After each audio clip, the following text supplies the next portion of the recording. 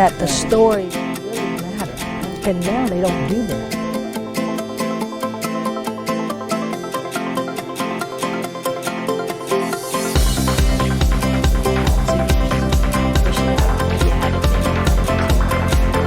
No, but the good thing is,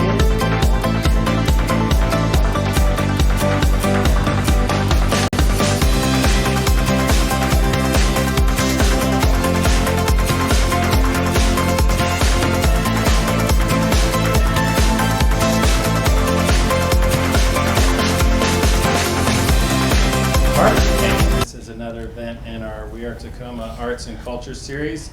We've got an art exhibition out here in the community center. We also do film screenings, poetry readings, lectures. So if you pick up a brochure, you can pick one up on the way out, and you can also sign up for our weekly e-newsletter.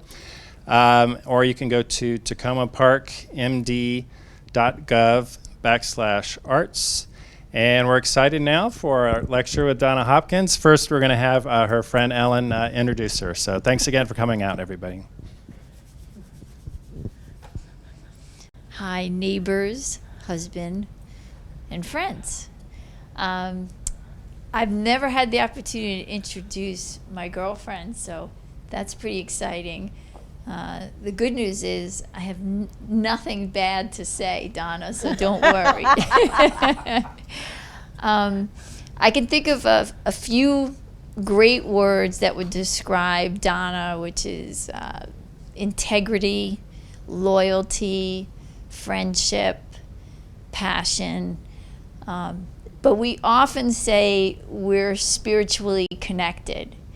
And we met when I was representing NFL players, and Donna was reporting on NFL teams and the Redskins. And there's so few women that you very much automatically bond just because you know the bruises that it took for somebody like us to get there. I always say that's why I wear long sleeves, because all the bruises along the way.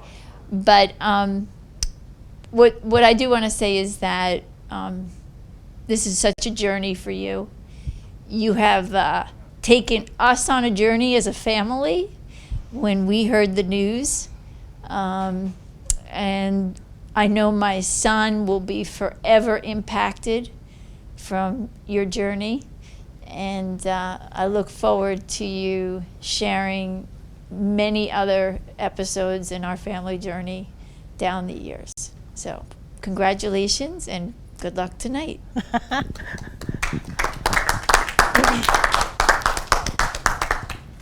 As you can see, I don't have a PowerPoint presentation because I like to speak from the heart. I think the book, Getting to the Other Side of Victory, is a book that I wrote first for myself, for my own healing, because before you can try to heal someone else, you need to be healed. How could I tell anybody how to get to the other side of victory if I didn't know how to get there myself?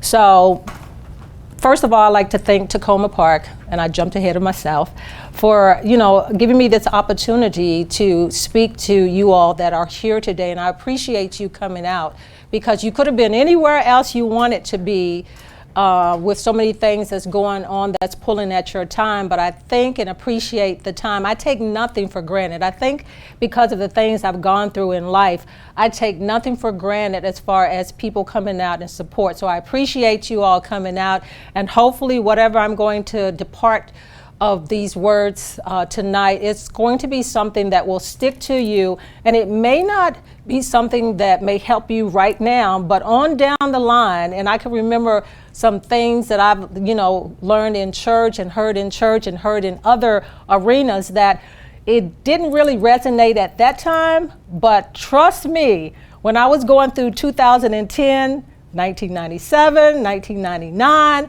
and some of the other things I've gone through, those things I pulled on to get me through that. So hopefully tonight, if it's just a few things that you walk away with this, and it may not be for you, it may be for somebody else, that you can encourage them. And, you know, I hope that you will pick up this book, Getting to the Other Side of Victory, if not for yourself, somebody that may be going through a tough time in life.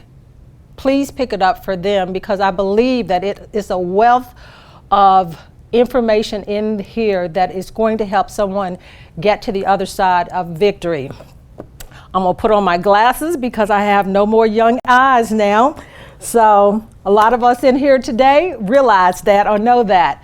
But first of all, I am a person that is a happy-go-lucky person. I mean, I love living life. Even before I went through what I went through, I've always loved to laugh and enjoy life. And I think that that is some of the key things to remember when going through anything is you have to learn how to laugh. You have to learn how to have joy, and you have to find those things that give you purpose and passion.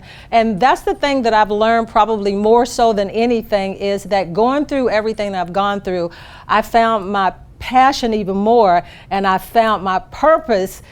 You know, we can live for a lifetime and not figure out what our purpose in life, because the first thing is like, oh, what is my purpose? What am I supposed to do in life? What difference, I mean, what am I supposed to impact? And what I found that going through what I've gone through, I want to impact the world for good. And I believe that whatever I've gone through, it wasn't for nothing. You know, sometimes you ask that big old question, why? Why did I have to go through this? But before I jump into that, let me just tell you a little bit about my story. And then you'll be able to kind of like pull all the pieces together. In 1997, and I'm an athlete. I mean, I come from West Virginia, from a family of 10. I'm the 8th child out of the 10. My mom had 18 siblings, and she was the baby of that. And I mention her name because I want to kind of like relate it as I tell you a little bit more about the story. And my dad had about 9, so we came from a huge family. In West Virginia, I mean, I'm like a farm girl. I'm not, you know, I moved to the city, but I'm a farm girl because I still want my gardens. I mean, I grew up chickens, hogs, all of those things that nobody girl-wise would want to do. But they kind of like made me to be the person that I am. It kind of like formed the foundation of starting to be who I was, or who I was going to be as a person. So a little bit in telling you about what happened. Never in my life would I imagine ever having to go through so many adversities, and it was just almost like one after the other. So in 1997, I mean, I'm a healthy person, try to do the right things, eat the right foods, and do all those things. So going through college, I went to college on basketball and track scholarships. So going through college, I never thought that I would end up with cancer in 1997. And I was sitting at work one time, and I just felt my chest, and I felt this lump, and I said, oh, please don't let it be the big C. You know, you never think about anything good when you relate cancer. So I went through the cancer and all the testings. I immediately went to the doctor, and I caught it early, and that's the key thing in going through anything. If we can catch it early, we can survive almost anything. Then in 1997, I thought I was clear. Cancer, I was losing weight, went back to the doctor. It's important to go get your yearly checkups, because had I not gone in 1997 or been going to get my regular checkup, I never would have known that the cancer had come back. So 2 bouts with breast cancer. You would think that that was enough, right? You'd be like, I took my hits for the kingdom and I'm done. So I don't have to worry about anything else. But in the next following year, I went to the doctors, and I had a thyroid disease, overactive thyroid. I was working out, and I thought I was just working out too hard, because I'm like a junkie workout. And so I went to the doctors, and they said, you got an overactive thyroid. I said, what am I going to get, the big whammies of the family? I mean, I must have got everything that the family had. High blood pressure, hypertension, heart disease. I haven't gotten that yet, and I'm not even claiming that. And cancers and all of that. And I went to the doctor, and they said, you had an overactive thyroid, so I had to get that done. So that's 3 things, right? When in less than 5 years. So in 2010, I call it the unforeseeable medical disaster. my niece and my nephew were graduating from high school, so I was going to go to West Virginia. I had planned out everything. I was going to Greece for my birthday present to myself. I always treat myself. If you don't treat yourself, don't look for somebody else to do it. You should be the one who treats yourself. So in 1997, after going through cancer, I promised myself that every year I was going to go somewhere different to see the world, and I was true to that. 2010 came like a freight train out of nowhere. And I'm thinking like, okay, I go in the hospital. I was supposed to be there 5 days. And I'm thinking like, okay, go to the graduation of my nephew. My niece, I was in the hospital by the time hers came along. And I was getting ready to be released from the hospital. And all of a sudden, the bottom dropped out. Everything went wrong. I ended up in the hospital, and the story would be too long to tell, but what was supposed to be 5 days ended up being 2.5 months, 6 surgeries, almost dying 3 or 4 or 5 times. I ended up stopping breathing one time because a clot had formed in my foot, and they gave me heparin. Heparin was supposed to prevent the clots. It ended up creating the clots. And I'm telling you, I never end up seeing myself dying through all of that. I mean, for 2.5 months, my mom came to visit, and she was sick herself, but she was coming to see her daughter. And I'm telling you, I moved from one hospital to another hospital, and as I was going to the second hospital, because the first one said, "There's nothing that I can do." And you have to have almost something in you that keeps pushing you forward, as far as no matter what the doctors are saying, and they pretty much said, "Girl, we can't do nothing else for you." And as I was riding up to the University of Maryland, Baltimore, because they said at Holy Cross there's nothing more, and I'm just throwing out the hospitals because it is what it is. So I made it up there, and as I was going up there on the ambulance, they was doing 100 miles an hour, and my sister and my best friend, one of them were in the ambulance, and they were saying, "Keep up with that ambulance, don't move it." And they said, "We saw you have an episode in that ambulance," and it was almost like by the time I got there, they said, "Look, it's 3 things that's going to happen. She's going to either lose her leg," because the foot had turned purple. I mean, toes purple, it looked like, that black right there. But you know what? I never saw me losing my leg even at that point. And I had been in the hospital just 5 days at that point. So up there they said, "Well, we got to get her into surgery right away." They bumped every other surgery because they said that if they didn't move right there, I could lose both my hands, both legs, because the other foot was turning purple. I had to have the left leg amputated. For an athlete, that could be devastating. For a person, that could be devastating. So for those 2.5 months in the hospital, I fought to live. My will and what was in me was greater than what I had gone through. And I'm going to tell you an important thing. I wrote the book, like I said, for myself. It was my healing. Then I wrote the book for other people to read this, because all of us are going to go through something in life. The good, the bad, the ugly, we're going to go through something. You may not have to go through what I've gone through, but we're all going to have to face something. And the key thing is to remember what is in us, what is going to get us through pushing to the other side of victory or getting to the other side of victory. So I'm in the hospital fighting just to live. And I thought about, how did I get through to that? And somebody asked me when the book came out last year, they said, "Well, how did you get through to the other side of victory and with everything that you had been through?" And I told them the will for me to live was greater than what I had gone through. And they said, "That's so simple. Anybody could say that." And I said, "You know what? It came to a point that I thought about the foundation.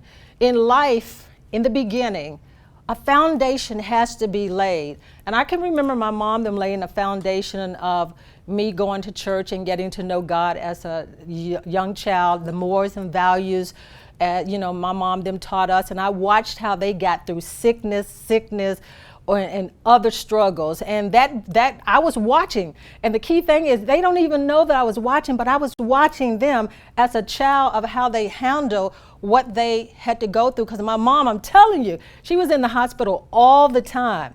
And so I watched her, how she came through that. And then I told you I come from a family of 10. Well, the key thing is the foundation was laid from the beginning, because it has to be laid before you go through anything. Because if the foundation is laid, then you're able to pull back on some of those things that you learn. So I'm gonna tell y'all some funny stories though, because I sometimes was my own worst enemy. As a child, you know, I think that some of the things I went through was helping me to prepare me for going through all those things I went through as an adult. So as a child, I can remember the washing machine episode. So my mom said, I used to watch her, you know those old ringer washing machines with the wooden handles, and you had to put the clothes through into the water? That tells you how much I was from the country. So my mom, I was watching her do this, and as a child, my adventurous spirit, I would like to say, took over, and I said, you know what, I'm gonna try. My mom said, leave that alone and don't mess with it. She was going down the hill to hang clothes on the outside. And so she left me on the porch, and all my siblings were at school or too little. So, you know, that was my, time to try this out, to kind of like, while she was there, and she was halfway down. And so I decided that I would take a little sock and try to put it through the little rollers. And so the thing, it got stuck. And so that I wouldn't get in trouble, I tried to pinch at it to like pull it. And next thing I know, my arm was going through the ringer, and I hollered out like, help! See, and then I was so afraid that I was gonna get killed. So even today, that battle wound is right here on my arm. And my mom dropped the laundry and ran back up. And I talk about this in the book, that her concern for me and my dad was a strict person. They saw, I guess I was probably like 7 or 8 at the time, already getting in trouble or adventurous. So she ended up beating the washer and broke the washer. So not only did I, do what she told me not to, but she'd have broke her washer because of me being adventurous. I'm gonna keep saying adventurous. I'm not gonna say hard-headed kid. So if that wasn't enough, and I want you to remember these key points, is that some things in your earlier life, if you look back, they prepare you for some of the things that you go through later on as you go through your adult life. So if the washing machine wasn't bad enough, my dad, I was a climber of the trees, and that countryness in you, that you just do those things. So I guess I was a little tomboyish, and I used to hang from the tree, the limb, and then we used to propel out. I guess I was performing to get ready for track and field, on down the line when they got the scholarship and everything. I was preparing early. That's why I like to look at it. So I ended up, my dad said he's a coal miner. He had went to work, and that day he had laid dirt down below the tree limb and everything. And so that competitive nature, and let me just tell you this, I'm the most competitive person ever. I'll be little kids, old people, young people. I'm not willing to lose, but my dad, so a friend of mine's next door, and my sister that's a year younger than me, they said, well, let's see who can, no, I think I said that. I said, let's see who can propel themselves from the limb. You had to take the limb and jump out, and let's see who could go the farthest right there. So I'm up first and whatever. And my dad said, don't stay off of that limb, that tree. So I swung out, it had rained that day, hands slid, and I ended up falling. I knocked myself out, and my brother, I remember him picking me up, and as he was taking me in the house, I said, put me down. And they had to take me to the doctor. Here go my dad coming from work, like, what she'd have did now? And so, of course, I didn't get in trouble because I had a concussion. And I ended up having to stay in the hospital for a couple of days. And the funny thing about it is, you would think I was supposed to be sitting still. I'm running around helping everybody. It also tells a little story right there of what I'm doing now in helping other people. So that was my second, preparation for life on down the road. So the next one, my mom never went to the grocery store. And I decided, my sister was a majorette with the baton and everything. So I had the baton and I was trying to twirl because one day I thought about I was going to be a majorette, and I actually wanted to be one, and I ended up being one. But for now, she had this old baton, and you know, it has the rubber tip on each end. Well, it was only one rubber tip. And so my dad, you know, the light switches where you can put the bulb in, well, one was out. So I don't know what made me do this, but I stuck the baton up the light thing, and it blew out the power. It blew the baton out my hand, and and my sister then was running around, you know, trying to get the lights back on. And I'm telling you, the only thing saved me that day was that rubber tip on the other end. So I could have been gone right there. And then I think the most difficult thing of these things I had to go through as a child, at the age of 15, I was 14. My brother was 15. He was a year older than I was. He was the 7th child.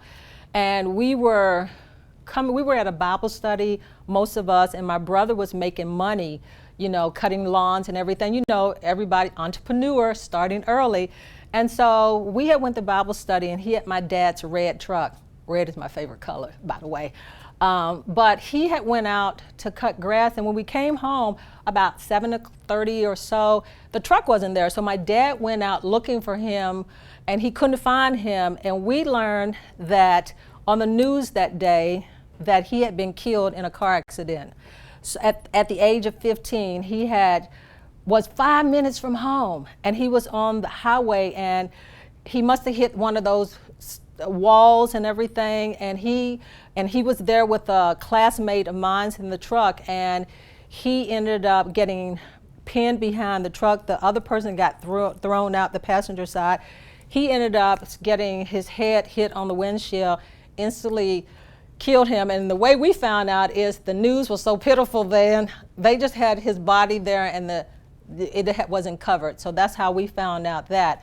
So that was the most devastating thing, I think, in all the things I went through, and that was preparation still for even what I went through now, is that as a 14-year-old to, you know, watch their sibling that's a year older than they are lose their life, you know, at a young age. I mean, almost like cheating. And I couldn't even deal with it right there, because I was like, that's what he did. He shouldn't have been out there. And then, you know, I couldn't cope with it. So I was saying crazy things.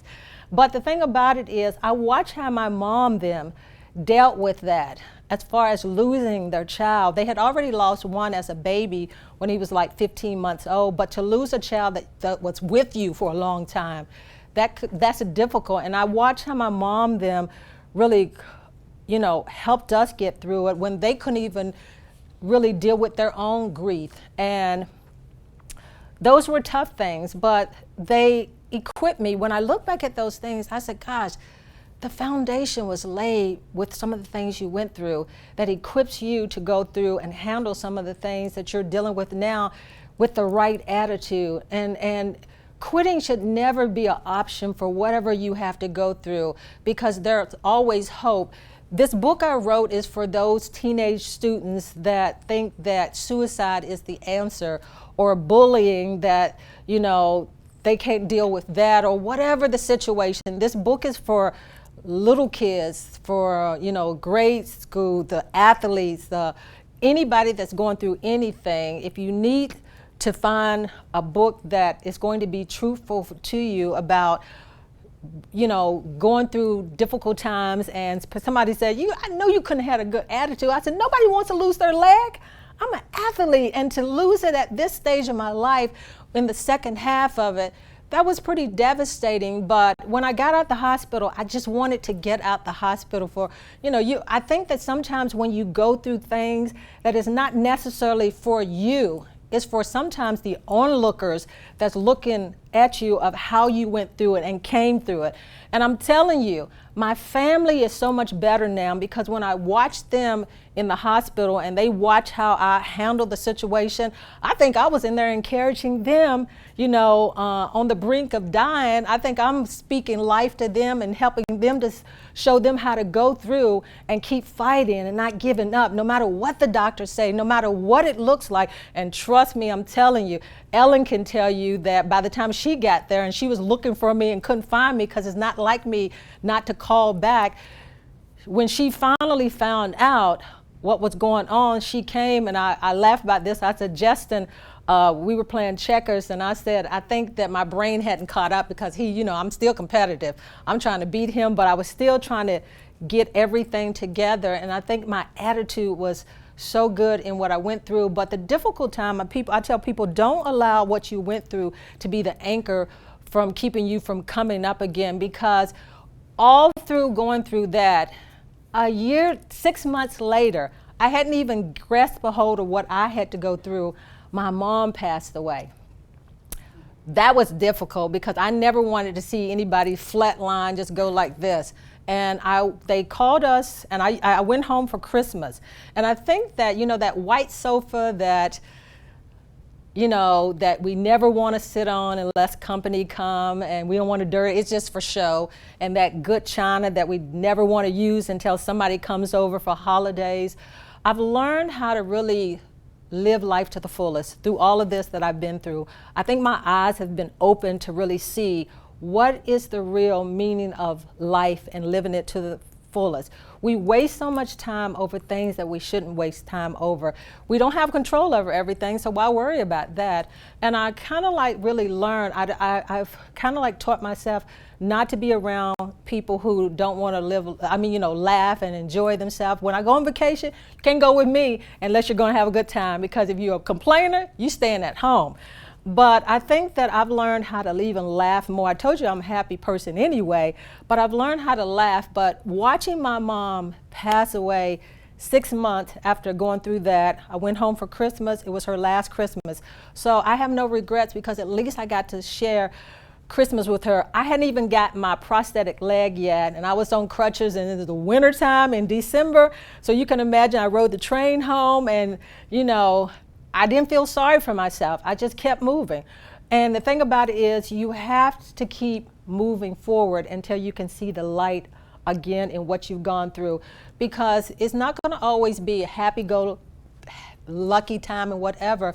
But I think that people ask me, and I'm going to get back to my mom because I want to kind of leave you so many things I want to leave with you today, but I'm just going to leave with what I'm supposed to leave you with, is that somebody asked me, they said, how do you get to the other side of victory? How did you get to the other side of the victory? When I got out the hospital in 2010, I came home and I went into my place and I just looked around. It was so good to be there that it looked like it was strange. It looked like it was a place that I had never been at, because things had changed as far as how life was going to be at this point. And as I looked around, I just took a breath in to just breathe again. People saw me going down the hallway and they were looking like, oh man, what happened to her? And I was like, oh, long story. And I just kept it short. I said, unbelievable medical disaster. And so as I stood in there, I am a sprinter. I went to college on basketball and track scholarships. I ran sprints. I don't like long distance. I want to get it over quick. And I used to take shortcuts when the coach said, run a lap around the campus. Me and my buddies on the track team, we'd cut across campus to make it short. But when I got at the hospital, life became about a marathon, not a sprint race anymore. Because the thing about a marathon race, you have to take your time. And the key in getting to the other side of victory is going through the process of healing. If you don't allow yourself to go through the process of healing properly, physically, spiritually, and mentally, then it's almost like putting a Band-Aid over a wound, and you know that if the scab does not form, that the healing does not really come. So in order for me to heal and to move forward in life, I had to go through the process. 2010 was just getting out the hospital and getting out of that wheelchair. Ellen came over as a great friend, and Rick came over, and they, ended up, trying to help me put things together. I said, don't change anything, because I'm not going to be in this wheelchair for long. Because the thing about it is, I wanted to still move on with life. And sports has always been the medicine that I've used to get me through anything, because nobody goes into the game wanting to lose. If you do, then I don't want to be on your team. But you have to almost have a winning attitude no matter what you've gone through. So you have to go through the process. If it means taking one day at a time, and that's more, because when I looked beyond that one day, it started to frustrate me. I started to be like, Lord, as I get older, what is going to happen as far as being able to walk, being able to take care of myself? And I was freaking myself out that I said, you know what? One day at a time. If it means 1 minute at a time, then that's what you need to do. You don't need to, because sometimes people will rush you through the process. They were like, Donna, you got to the hospital because you'd have lived through all of that. One process. The next process was moving forward in life day by day as far as getting back into my routine, and then really coming to grips with what had happened, because as much as I may have been a good spirit in the hospital, getting out that hospital and looking in the mirror and seeing that one half part of that leg gone, it was like, ooh, I used to walk past the mirror like this because I didn't like to see myself like that.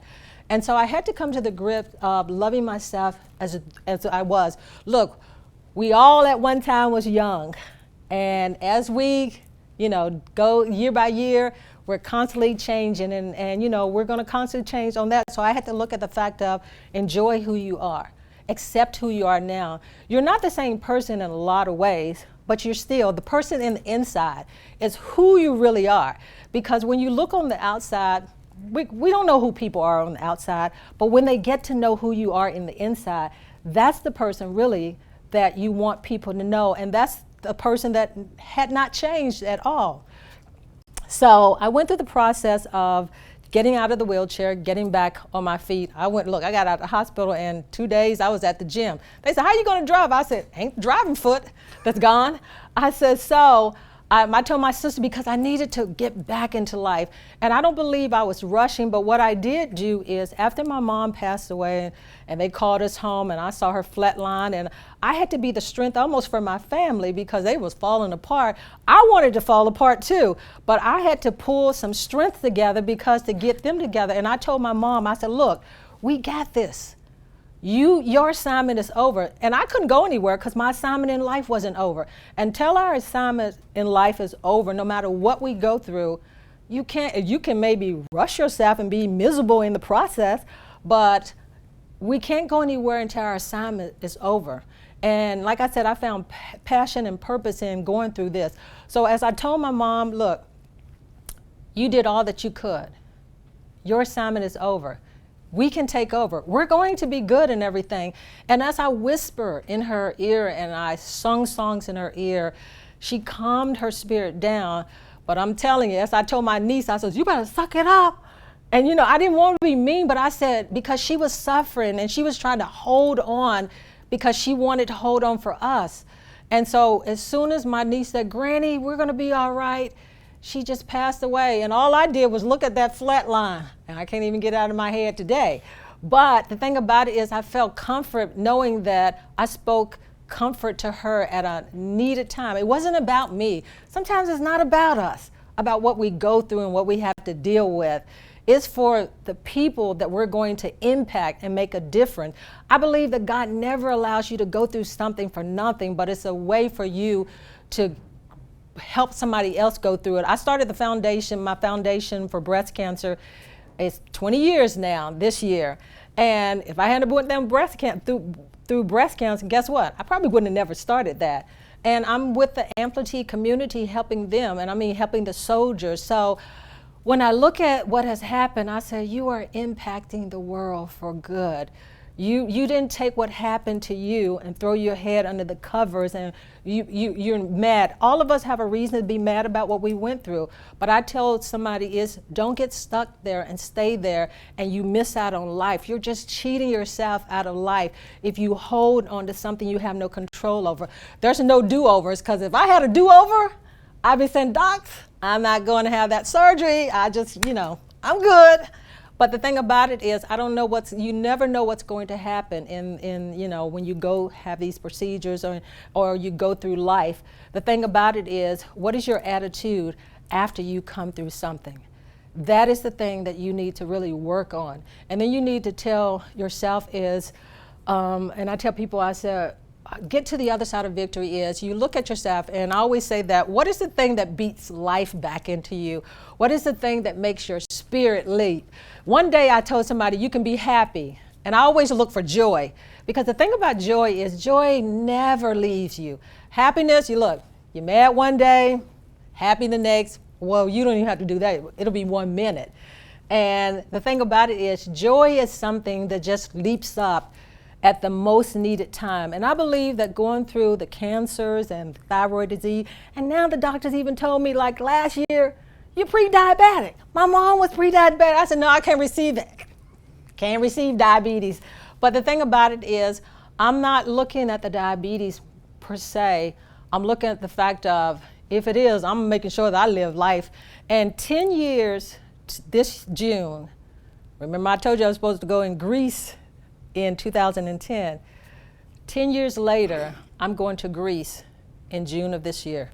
And that is that to me is monumental, because that tells me almost that you got to the other side of victory and you're doing what you want to do. And right now, I'm like in that convertible car that I want, that Mustang or that convertible whatever, with my hair, you know how they say, with your hair blowing in the wind, and on your journey it's taking you wherever you want to go in life. And I'm telling you, I wanted to read something out of the book, because I think this is pretty much key, because it tells a story. And I had all these notes, but I told you I like to speak from the heart, because I think when you speak from the heart, you really tell people the essence of what's in you and how to get to the other side. So this is one insert out of the book that I think was so key with my family, with what they were dealing with, because not only was I dealing with going through these 2.5 months, remember, my family had to go through this too with me, and all they were seeing is, gosh, is she gonna make it through? And when I looked down, when I stopped breathing one time and I looked down, and they were working on me, and my siblings was like, oh no, they were like having a fit, and then they allowed them one time. I had swollen so much that I had these water blisters all popping out, because it was infection trying to get out. But they were letting one, and when they let one person come in at a time, what does that mean? You better say your goodbyes. But the fight in me was greater than what I had gone through, and there was no quit. And even as sick as I was, and death was so close, I never saw myself dying. I never saw myself dying right now in what I've gone through, because I just want to live life. So this is one key insert. I said, as we all escaped to our solitude, we had to find a way to pull ourselves through this difficulty.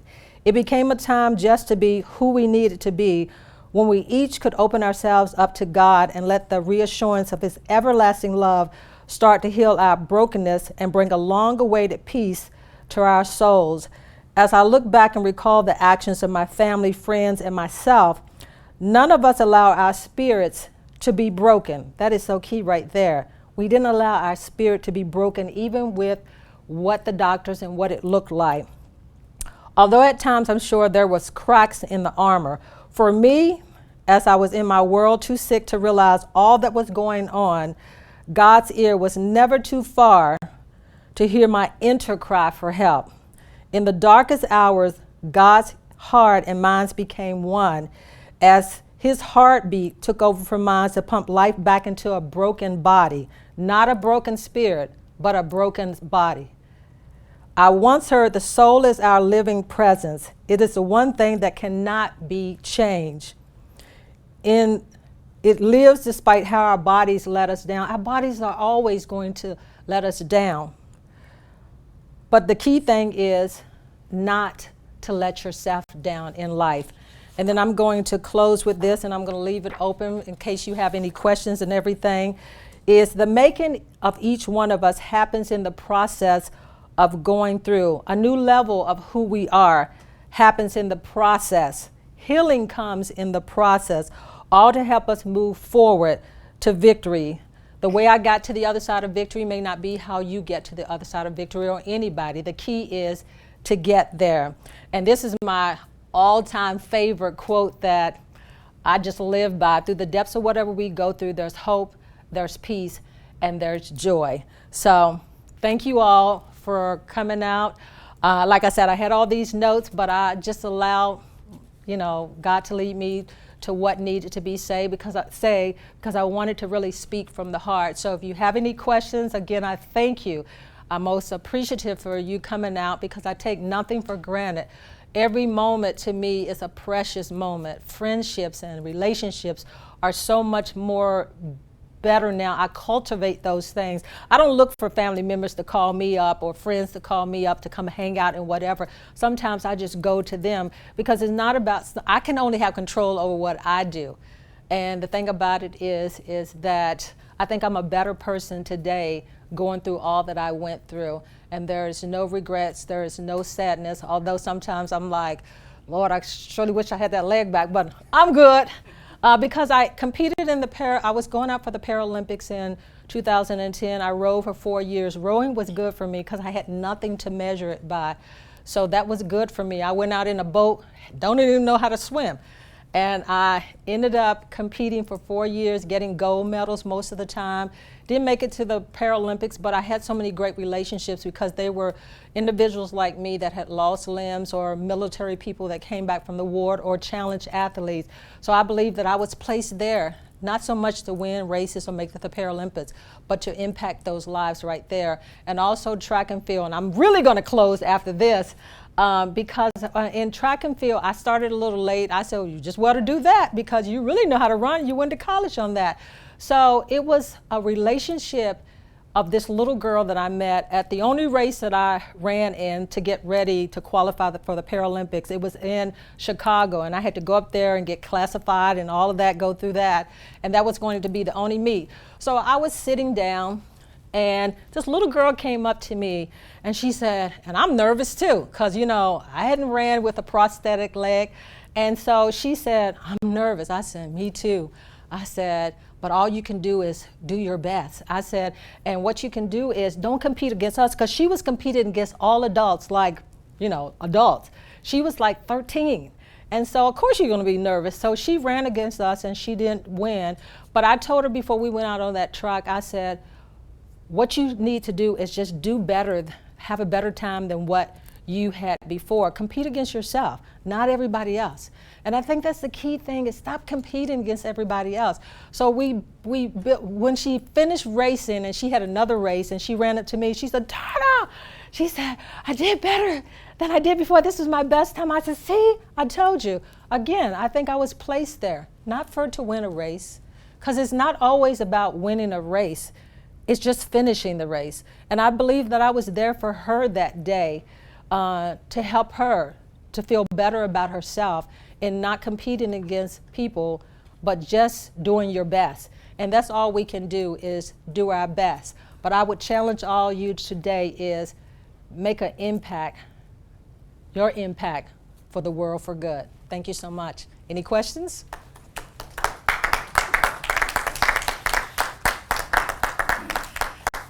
I didn't even need to put my glasses on because I didn't have to read.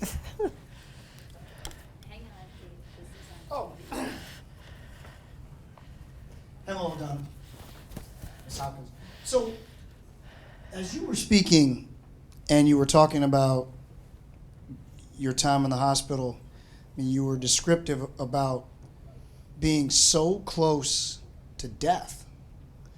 And I just wonder, you said your attitude was you kept powering through, but here you are on a Thursday night, years later. Do you ever, as you describe that, think to yourself, wow? I mean, do you ever get a moment to really think about just how close you were to dying? I mean, does that ever even come over you because you seem to have such a positive, I'm not going to let anything stop me, but do you ever stop in the private moments, and maybe does it shake you up that, wow, I was pretty close?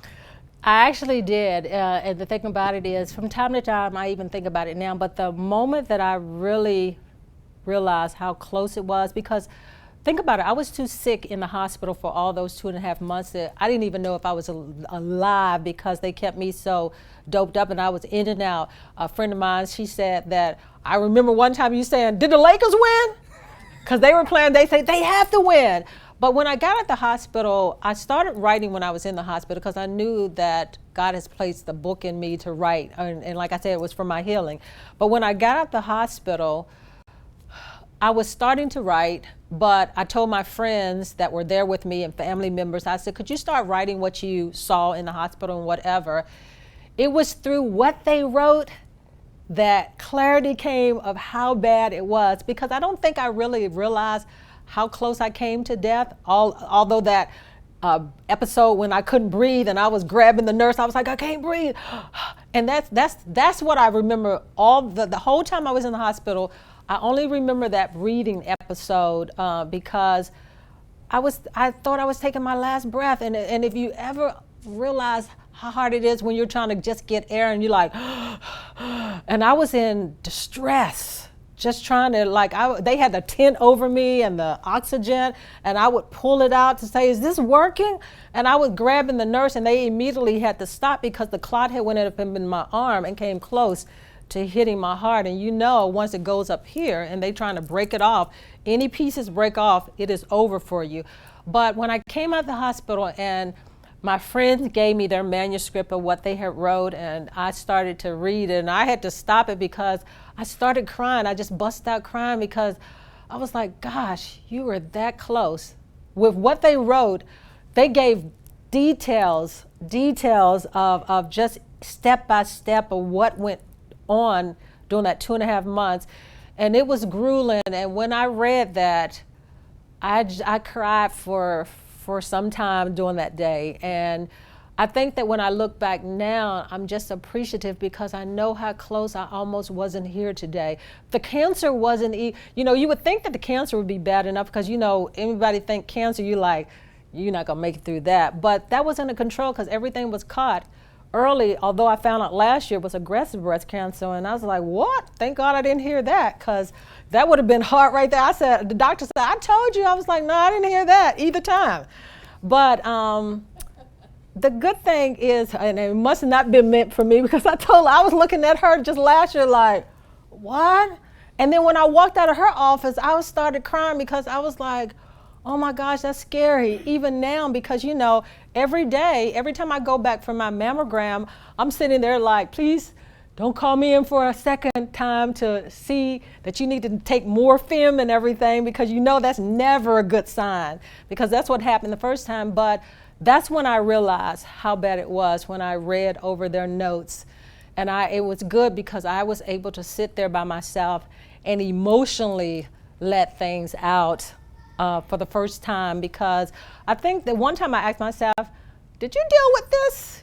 How I think that I had to deal with so many things, like with my mom, that the third year of my amputation, I physically sat down and dealt with all of my emotions and the physical part, because I learned how to really accept what had happened. Remember I told you I couldn't look in the mirror. The mirror was right there. I was like, I'm trying to run past it. But I really stood there in the mirror. I said, I like who you are. And it doesn't matter what anybody else. I said, this is the time for you to really live life and to the fullest, not on anybody else's terms, not what somebody else thinks. So, sometimes people put you in a box. No more boxes anymore. Right now, and it's just about me. I took time off from even church as far as what they wanted me to do. I quit working in the audio department because I needed that time to just heal myself, not to worry about anybody else and what they were thinking or going through, But I took time to sit down and really allow myself to heal, because I realized that some healing needed to come. And as much as I would try to bury, I was mad about that. I was like, Lord, I said, God, you could have came anytime. Hello? You know who I am. You know the athlete, all of that. And at this time of my life, why did you allow this to happen at this time? We always say that why. Well, sometimes the why comes a little later. I was in OSA, the people that make the prosthetics, and I was sitting there with them, and just the bulb went off of that sometimes what you go through is not necessarily for you, but it's for somebody that's looking on. And some healing came right there on that trip. I don't know what it was, just healing came with what I had to deal with on that trip, and them, testing me out for new prosthetics and all of that came about. But again, I think that if you take the time out, and you almost have to, the process, if you don't take time out to heal, then you're never going to be able to go forward to come up for air again and to get to the other side of victory. So yeah, I have those moments even today, but I don't allow myself to stay stuck there, because sometimes people get stuck and sometimes they're afraid to move forward of the unknown. Well, it was a lot of unknown for me, and it's even some unknown for me, so I try not to even look past a day or two or whatever. I try to enjoy today as though it's going to be my last day, because I don't want to cheat myself out of life. And I think sometimes we look so far ahead that we don't enjoy the moment. Relationships, I think that I've learned that even more so, that relationships, you can have all the material things and all the things that you want in life, but it's the relationships that matter on down the line. I have a question. I mean, one of the things as a friend, for me, I was adamant for normalcy for you. And I wanted everything just to be as was. Like, if I didn't like something you said, I was going to tell you. If you were talking too fast, I was going to tell you. And I think that the normalcy I felt like you were craving, that's one of the reasons why Justice, played tic-tac-toe with you, because I felt like that was normal. But I also know it's not normal what you went through. And I had to shift and acknowledge that this was going to be part of our relationship. Yeah, the key thing for me, a friend of mine's, I was off the grid for 2.5 months. Nobody knew what had happened to me. So when I started finally coming back to the point where I could really talk to people again and call them up, and I was hoarse because the tubes in my throat. Even today, the tubes are a reminder to me of what I went through, because my voice is kind of like, I can't yell out anymore because it's like, and I'm always coughing because, when your cords are always messed up from that point. But the thing for me is that I didn't want people to treat me any different, because if you treat me any different, then you're going to make me feel like something is really wrong with me. And the key thing, I think, is that each person has to be able to deal with what they're feeling. I mean, my family had to deal with that because it was real. You had to deal with that because you were a friend, and all you wanted is for me to be okay and to make things as easy as possible where I didn't have to struggle getting out the hospital. But for me, it was about, please don't treat me any different, because I hadn't changed. I don't want people to look at me like I'm handicapped or anything. My brother-in-law constantly tell me, you better get a handicap sticker away because you ain't handicapped. And the thing that was key for me is a friend of mine that was in the NFL. They all called official friends and everything, and they said they were crying and they was telling each other what had happened to me, and they said, I don't know why we crying, she ain't even crying. So I think that was the key thing right there. They said, so we said, since she ain't changed, why should we change how we treat her? And I think that was the most important thing for me, is that people didn't treat me any different, as though the limb was gone, and because if they had I would have been, it would make you kind of like go through that even harder. Does it make sense? Because if somebody is treating you different and all that, then you like, okay, is something wrong with me and whatever, or else they looking at you. But that was the key, is I didn't want to be treated different, because I hadn't changed again as a person. And that was healing for me, for people not to treat me any different. And I can remember one episode that I kind of like got. I went to see the movies, and I just got my prostate. I was walking, like I got it like 2 months after being out of the hospital, so that was really quick. So I was down in Silver Spring going to a movie. I shouldn't have went to see that sad movie. I think that was part of it. But when I came out, who wants to go see a sad movie at that? And I was like, I knew I shouldn't have seen that. So I was coming across the street, and I hadn't got into grips with losing my leg, because my PT person at Walter Reed, she said, oh, wow, this is summertime. You can show off your leg. I said, I'm not trying to do that, because I wasn't there yet. That healing hasn't come for me to be, you know, just happy-go-lucky and who cares that people stare at me and whatever. But this little girl, I was going across the road to get in my truck and whatever, and she was like, Mom, look. And I was like, I got in the car, I was like, then I told myself, I said, shut up, girl, I think it was the movie. But I think it was her too, because it was almost like, you know, people were like staring, pointing, and until I came to be comfortable with wearing the prosthetic and people seeing me, it just became about conversational piece, because everywhere I go now, people was like, hey, you walk good. You walk. Someone just left the other week, this guy stopped me at the grocery store, and he said, hey, where you get that leg from? Like, you could just go to the grocery store and buy it. And so he said, because mine's not working good. I said, I don't think you want to go the route I kind of like went. And I said, you just need to go to a doctor and get your knee fixed and your hip fixed. Because he said, what about my hip and everything? I said, you can get that fixed. I said, I don't think you need to go our way. But I laughed, and I got in the truck. I said, he had like, you can go to the grocery store right now and buy you a leg. So, but that's the reason I say that. People say, they ask me, some people that have, limb loss, they said, don't you get tired of people asking you what happened? And, I was like, nope. I said, because I'm cool with it. I'm comfortable. And I said, not only that, it's educating people. I was down at the Washington Monument, and all this group of kids were down there, and Osa was taking pictures of a new leg I was testing out, and I was hopping around and whatever. And this little girl, she was just like, but I was okay at that time. And I had a group of kids around like I was the Bonded girl, or they was like I was a cartoon action figure and whatever.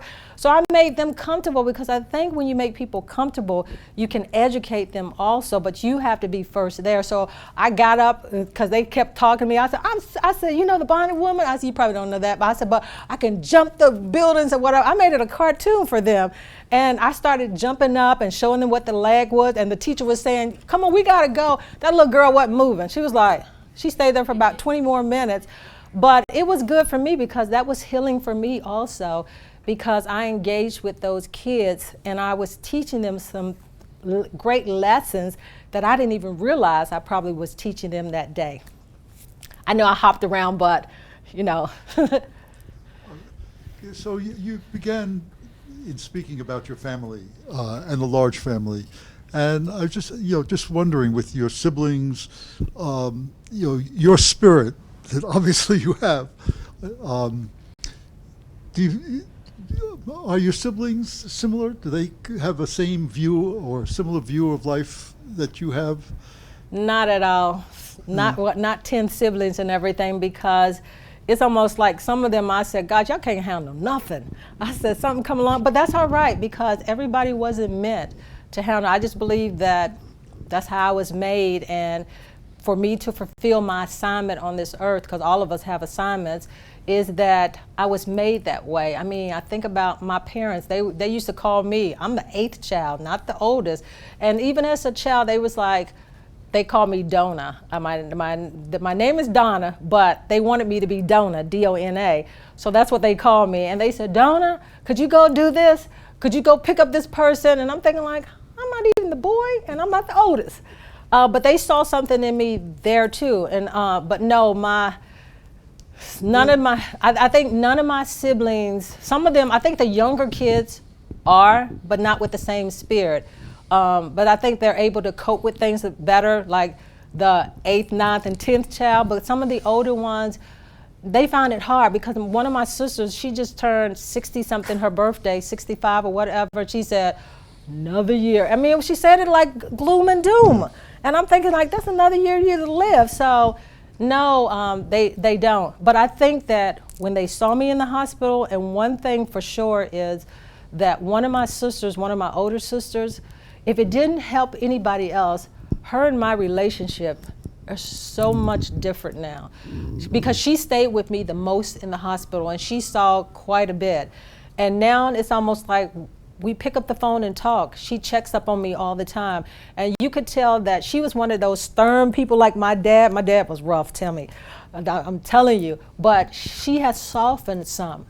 But I even appreciate my dad being rough, because it made me a little tough, because I think that was building things as I was growing up too. But you could see some changes in some of my siblings because of what I went through, and mainly her, that she's even softer with everybody a little bit more. And I think that she sees herself a little bit different too, and that I think some of them realize that they can go through some things better. But no, none of them, no, not many. I can't even like give them a thumbs up, because like I said, some of them I'm like, God, you can't go through nothing.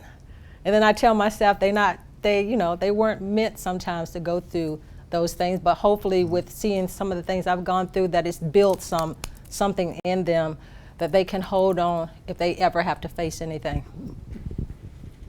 So you think your attitude was how? I was thinking about getting competent with the prosthesis, and I'm sure it's very difficult to do that and to start to, especially on a performance level. But even starting it would seem to be pretty daunting. It was, because when they put that prosthetic on and I put that weight down on it, I almost wanted to jump out of the sky and throw that back at them. It was difficult. It was pretty painful, because I was still swollen a little bit. And even the day I told this female, she lives in North Carolina, and she connected with me because she saw me on their website. And I told her that prosthetics is a lifetime adjustment. I mean, I'm getting adjusted for a new socket now. If you gain weight, you got to get a new socket. If you lose it, you got to get adjustment. And because I'm so active that I have a sore on the bottom that just won't go away. And the only way that can go away is that I slow down and not do some of the activities that I constantly do. But I said that's just not an option. But it's difficult because every day is an adjustment. And sometimes, when I get up in the morning, how you just jump up, put your shoes on, put your foot down on the floor. I constantly have to always think about having that leg propped right here. And sometimes I'll hop around, but I was like, oh, I got a bum knee on this one, my good knee. I have a meniscus tear, and I blew out my knee playing basketball after college. And it's a meniscus tear on the outside and the inside from doing the rowing and the track and field. And, it's almost like compensating on one. So, right now I have a sore hip. So it's almost like, what am I doing to my other joints on down the line? But I have no better sense than to do that. But I think one key thing I want to just leave with you all today is that I think the thing that helped me is I had these new shoes. I told you about the white sofa and the China, but I had these nice shoes and I never did put them on because I was like, I gotta wait till the summer and put those on. And I never did get to wear them. And so my niece, when I got out the hospital, and she said, hey, can I have those? I said, no, because one day I might be able to put them back on. I wasn't ready to give those up. So one day I had a funeral for all my shoes. And I lined them up on my wall. And I kind of like talked to them like, I remember what you did and I never got to wear you. And, I had a funeral and I had, I dealt with that. And I don't say that light because that was kind of like a key moment for me of having that funeral for those shoes. So then I called my niece over and my other niece that could wear my size shoes. And I said, okay, pick. They came in running like it was in a candy store. And I was able to move forward because that allowed me to move forward in so many ways. And I think that sometimes we need to have a funeral with some of the things that we go through in life. And when we have the funeral, you know how you dig the grave, throw the dirt over, you don't go back and take the dirt off. When you bury something, when you have that funeral, leave it buried. And then I think you're able to move on. So that was a key moment for me right there. But now, you know what? I said, because I've gone through so much, I said, God allowed me to give me everything that I need to be comfortable with my prosthetic and with life moving forward. So instead of waking up and figuring out what shoes I'm gonna put on, I just wake up and say, which leg I'm gonna put on, because I have like 7. And it's like I have my running one, I have my combat cheetah one, that's for the athletic one. I have my 2 glamour legs, and they 2 glamour legs that almost like look like my real legs, high heel shoes. So when I go to games and what, they be like, girl, they said, girl, that's good. They can't even tell, I'm faking them out.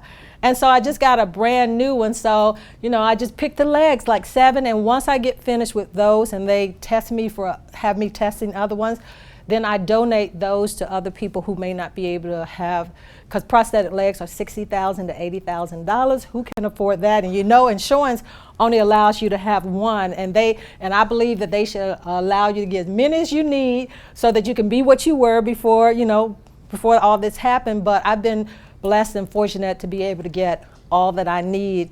And so, you know, I just donate the other, because it was this Chinese guy that had been in the war like maybe 60 years ago or so, and I was at the filling station, and he said, and he had a wooden one. You know, most people have the carbon ones now, and he came in my space, and I kind of jumped. He said, hey, where'd you get how much did that cost? I was like, I don't know, insurance take care of it. But everybody doesn't have insurance to be able to care or, you know, give them what they needed. So I made up in my mind that the ones I don't use is going to be better for somebody that may not be able to afford that. So they just have to have a small foot like me. But I donate that to people in other countries and within this country and everything. So you never should hold on to just everything. That would just be a leg in the closet and everything. And I'm able to do everything that I did before. I golf still. I may not be that great, but I can hit the ball and I can putt. And then I can, you know, do all the things, exercise and everything. So life didn't end because of what I went through. Well, that's a good note to end on. Thank you. And Donna's book will be in the back if anybody wants to purchase it, or it's on Amazon. Yes, Amazon. If you want, you go to my website. If you don't get the book tonight and you want an autograph, you can go to my website, donnajhopkins.com. And then you can also go to my website to keep connected with me of what's going on. I may be in the community and doing other things. I'm always posting pretty much everything that I'm doing. And then I've got a website, you know, as far as Donna's Inspirational Kick, you know, every time we need to pull for that. And then stay tuned. I'm writing my 2nd book, hopefully by the end of this year. It's a children's book. Thank you.